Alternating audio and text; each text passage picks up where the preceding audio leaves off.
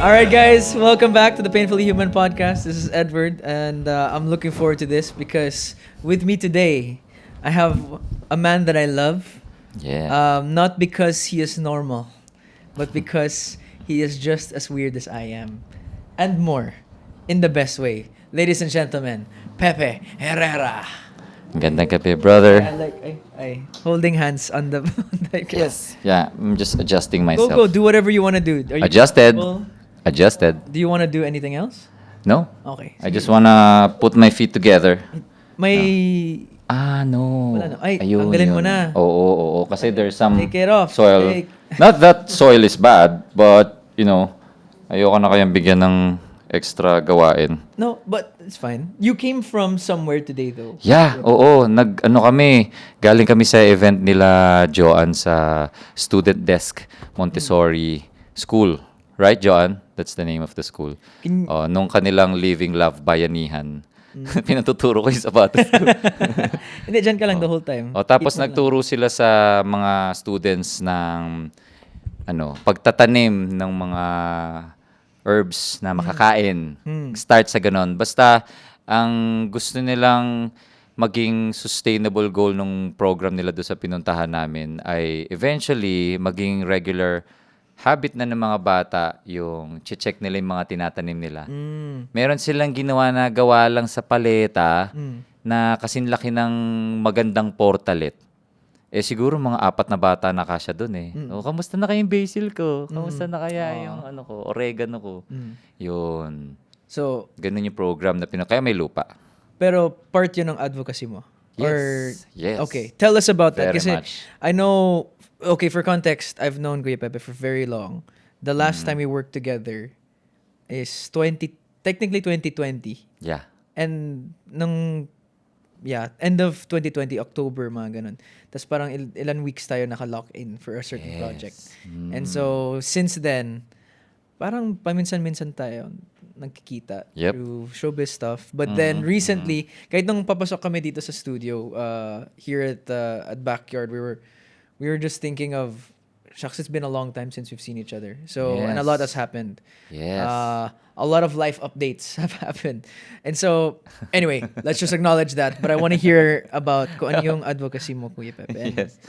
Yeah, pag-usapan man. natin yan. Wow, oo nga. Flashback ako ng mga buhay natin nung 2020. Beses ako umiyak. Pero Sorry. Ay, joke lang. 6 years ago lang 6 years yun, ago. kung tutusin, no? Oo. Pero parang ang dami nang nangyari ng 6 years, di ba? Wow. Anyway, yung advocacies ko naman noon, ganun pa rin naman ngayon.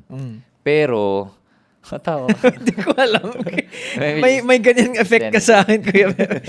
Sabi niya, Wow. anyway. Okay, go. Yes. Hindi, kasi naalala ko nung magkasama tayo sa Can I mention Yeah. Go. the movie? Of course. Princess Diaries. Panood niyo ba yun, yung Princess Diaries? Nakakatawa. Ka. Sakto lang. Nakakatawa ba ako doon? Parang di naman ako masyadong ma-punchline doon eh. Kakakamera ako, di naman ako marunong.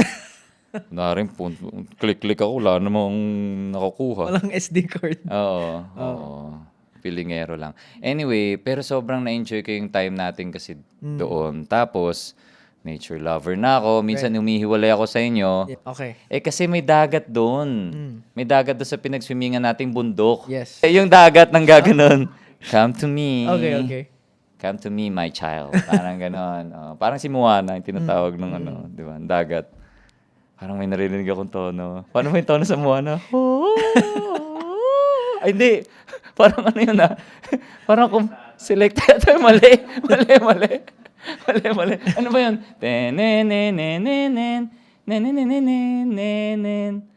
Anyway, lumalayo tayo. But nung nasa dagat ako, brother, nung nakalubog ako sa dagat, ang una kasing pumapasok sa isip ko pag nandun ako, sana mapangalagaan to hanggang sa generation pa ng anak ko. You know what I mean? Laging ganon na this should be preserved the way it is. No? It's meant to heal this way. It's meant to serve this way. Mother Nature is meant to serve this way. Ayun, so everything that I do now is about that.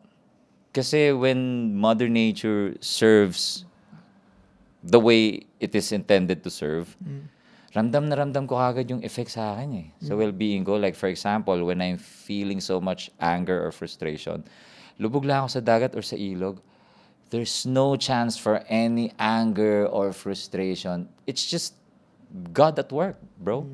It's just God at work. It's magic. Ganun. And so that's part of yung fight that you have inside, the fight and the belief, that the advocacy that you're working towards. Kasi in some ways, pwede natin sabihin na parang fight talaga siya. It's a battle to keep. Ako, Yeah. galing akong Germany, countryside ng Germany, 4,000 people lang yung nakatira doon sa neighborhood ko. At nakapaligid kami ng mga vineyards, Wow. forest. Tut mir leid, auf Wiedersehen. Ja, wunderbar. Ano lang. Hindi ko alam kung ma-translate na lang sa Serene. Yeah, no, but when I would walk in the forests, parang may strawberries na doon. And dito, 800, isang packet, di naman masarap. Talaga? Yeah, parang it's May expensive mga here. wild strawberries Yeah, lang. yeah. Like What? blackberry, raspberry, cranberry, strawberry, Oh lahat my yun. God. Ang mahal yan. Cherries, pears, apples, Ang mahal sa nandyan lang yan. grocery niyan eh, no? And then, yeah, kaya, wala. Parang starved na ako dito sa Pinas. But, I understand. Because when I came here, parang, kahit anong gagawin mo, parang minsan ma-frustrate ka talaga about the state of things. Yeah. Kahit yung culture so many of triggers. throwing the trash. Ano yung bubblegum Outside the wrapper car. lang. Oo. Parang, bakit By kailangan? the beach. And before anyone says na, ano siya, performative, yung sister ko is a huge advocate for sustainability. Yeah, you told me. What she works for is, nagsulat siya ng libro about Eddie Saves the World, which I'll get one for Pai. Please. And please. because it's a book about sustainability, she works for a climate company to track carbon footprint. Where? I don't know if she still works in that specific, because it's startup siya. But it's in the UK. So that was part of her work for the longest time. Yun ang inaral niya. So kahit yung Potter. when my dad would use the heater during winter in Germany, magagalit talaga yung ate ko kasi sabi niya, suot ka na lang ng jumper, ng pants. Anyway, so that's why I grew up with this. So I actually love that you're fighting for this. Thank you for what you guys are doing, for what you believe in. Kasi it's not just the now, it's the future of, yun nga, what you said, the generations ahead. Pero paano ba nag-start itong, ano yun? Ganito. Yung heart mo na ganito? Ever Never natin since napag-usapan since naman ganito na ako, sinaalala ko ngayon yung earliest memories ko. Sorry for the term, meron akong fascination sa tae. Oo. So yung fascination ko sa tae, fascination ko pala siya sa lupa. Yun pala siya. Nung inintindi ko siya, kasi dati, parang, ba't ganun sobrang fascinated ako sa tae ko, na gusto ko siya nakikita. Yung sinisilip ko talaga pagkatas niya lumabas. Nagpa-flashlight ka ba, kuya? Kasi tabi na lang, maglagay na lang kayo ng trigger warning na for those eating and with high sensitivity sa ganitong topic. Sabihin mo na lang. Anyway, so yun, nagsimula ako at a very young age na may fascination ako sa soil, sa anything green, anything about nature. Yes. Yun. Tapos mahilig ako sa mga hayop, bata pa lang. Nag-aampun ako ng mga Anong klase? pusa, aso. Mahilig ako na may butiki sa bahay. Tapos meron akong weird na feeling pag pumapatay ng langgam. Weird. Ba't natin papatayin? Hindi naman siya parang ipis eh. Nung kainin niya yung mga tira-tira. Di ba? Anong mangyari sa akin? Di ba? Yun, may ganun ako. Sabi ko, saan nanggaling to? Although, kung wala yung misis ko dyan, tsaka yung mga anak ko, palalabasin ko lang yung ipis eh. Didirect ko lang siya, sa labas ng bahay. Hanap ka ng ibang buhay dun. Diba? Get a life outside if you wanna live. Yeah. Ganon. So may ganun ako ever since. Tapos siguro, distractions got in the way. It's all about manly desires all of a sudden. Yeah. Right? And then, thankfully, nakagraduate ako doon sooner or later. Or papunta na sa final thesis. Parang ganon. Sa mga... Nung tae. Hindi, Ay, ng manly Okay, desires. okay. Manly Oh. desires. Yung sa tae, hindi yata ako gagraduate doon. Parang hanggang ngayon may level of fascination ako na ginagamit ko sa comedy. O, kumbaga, yun yung parang blinder na bumalot sa akin. At na feeling ko, kailangan ko rin pagdaanan. Similar to the prodigal son. Ano ko? You like that? Yeah, Nabasa ko. we can talk Di ba? about Hindi, kasi, di ba, feeling ko, ako para sa akin na, yung prodigal son, feeling ko kailangan niya pagdaanan yun eh. Ewan ko kung nakasulat sa Bible yun kasi hindi ko siya memorized. Pero yung prodigal son, para sa akin, he became a better man because of him choosing his own path muna. And then, hindi nag-work, nagkaroon siya ng humility para bumalik dun sa wisdom ng father niya. Na nakikita ko na similarity sa pinagdadaanan ko ngayon. Tapos ngayon, Do you see yourself sa story na yan? as the prodigal son and also as the father. Kasi it's also me embracing myself and yung mga bagay na kinahihiya ko before about me. 'Di ba? Kasi dahil aktor tayo, can you still consider yourself? Not really, but I respect the craft. Oo naman. Hindi kasi, sorry. Go. Sige It's nga. I'm still very fascinated by the craft and the art. Pero, remember your thought, please, kasi maganda yung thought mo. Yes. I just don't feel like I want to go through the process. But kasi very vulnerable yung acting. Oh my And God, I have the I utmost get you. respect. It takes at kailangan you can't hold back. You can't, and for me personally, I don't want to show certain things but I'm not willing to do what the process takes. And for me that's okay. And that's what's given me the biggest respect to actors that are willing tumalon. Kasi there's always that void of, shucks, is it gonna work? And then you stand there and you have to jump. And for me, I'm like, the build up to that process, the vulnerability. Yeah. Parang I'll be vulnerable but on my own terms. Parang ganun. So that's what but I've always been interested in the process, the craft, the art. Kasi art talaga siya. You can't go against that. But yes, continue what you're saying. So, But as actor. before I continue what I'm saying, just to clarify, to ask you, pagdating sa acting, since you mentioned that, alam ko podcast mo to, pero isang tanong lang. No. Kahit mamaya pa to. Okay. Ask questions. Kung sakaling may offer sa'yo na role na, Edward, sitcom to, tapos just be yourself, play yourself, na para ka nakikipag-usap sa kaibigan mo lang sa normal na buhay. Pinattern talaga namin yung character sa kung sino ka. Would you accept that role? I think so.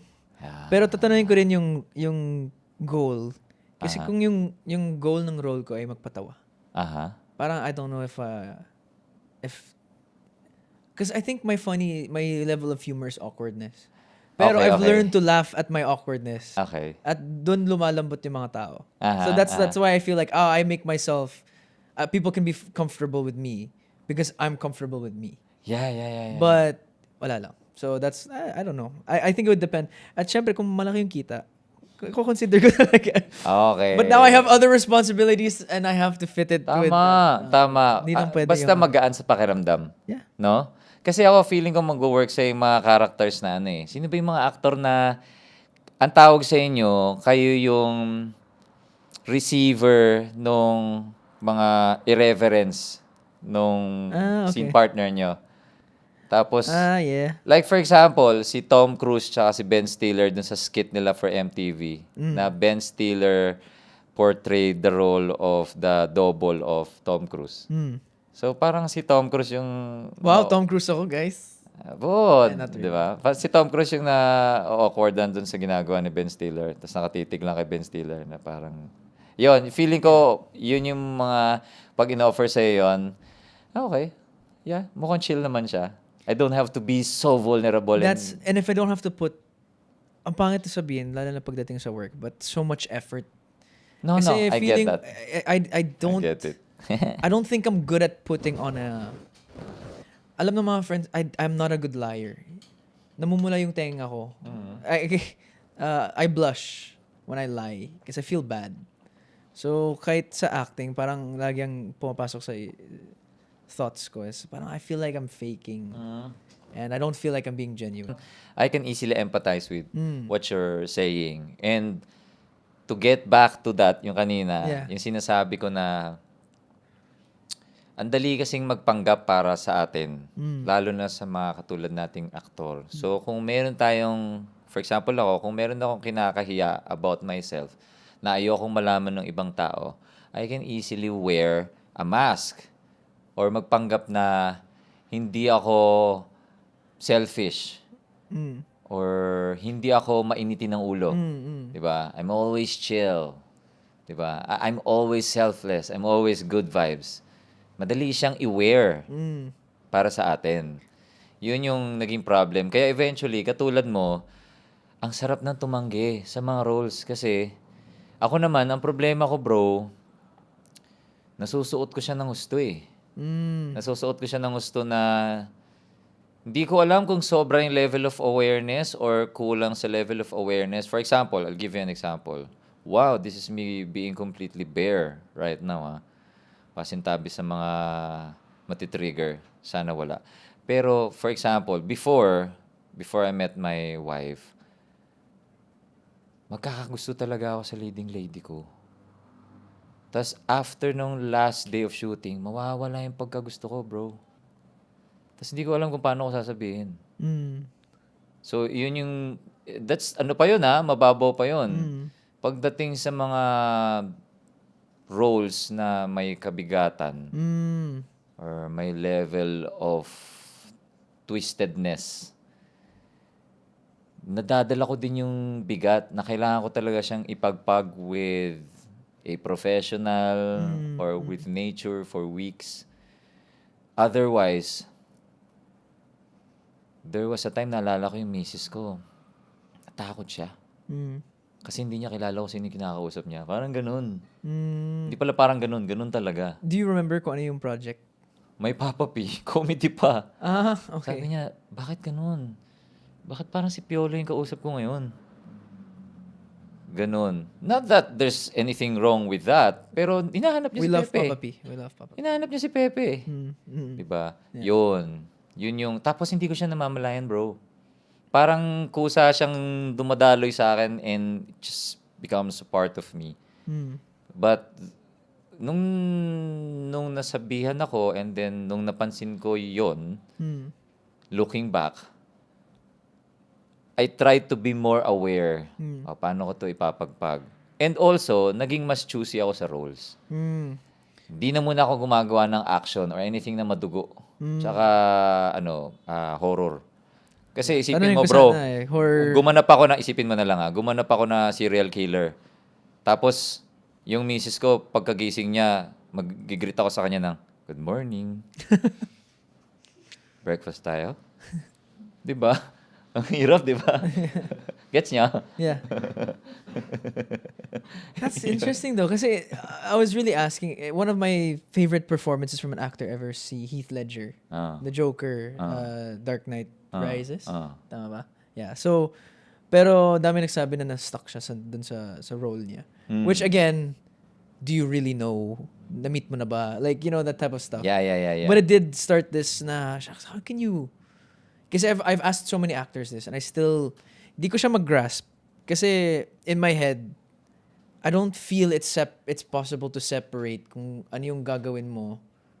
And correct me if I'm wrong. Kasi even kahit yung pagtuturo sa akin ng acting dati is, when you're acting, if you want it to be genuine and organic, you have to connect it to who you are somehow. Para lumabas siya ng organic. Because otherwise, you're just pretending. Yeah. But that means you have, parang you're connected to what the role is in some way. So, yung mga nagsasabi, hindi ako yun eh. Hindi ako yun. Si ano yun eh, si character. Parang, okay, so are you an actor or a pretender? Hindi ko sinasabi na mali yun. Baka iba rin yung, you know, thought process nila. That's how they think about it is different. But what you're saying is that it's not you. But if it's not you, it means it's not connected to you and it's not organic, it's not real. So, yun lang. So I always, my struggle was, for example, if you kiss someone in a scene, something I really didn't want to do. Mm. Parang di ko siya, kasi parang di mo siya mabawi. Pag may sinabi ka, di mo siya mabawi. Forever. Can you expound? Parang in the sense of like, I felt like, for example, if I gave my first kiss in a scene, Mm. and that's something I value as Gets. private to me, Oh my. I can't take that back. Yeah, You know what I mean? man.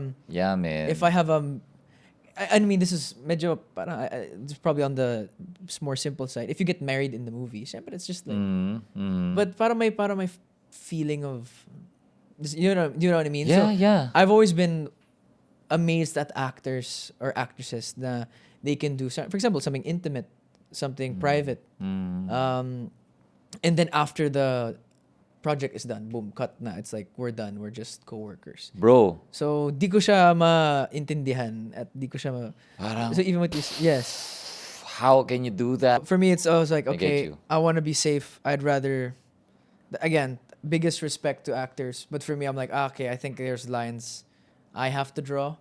And then, di ko siya, and even in that, I can't love it.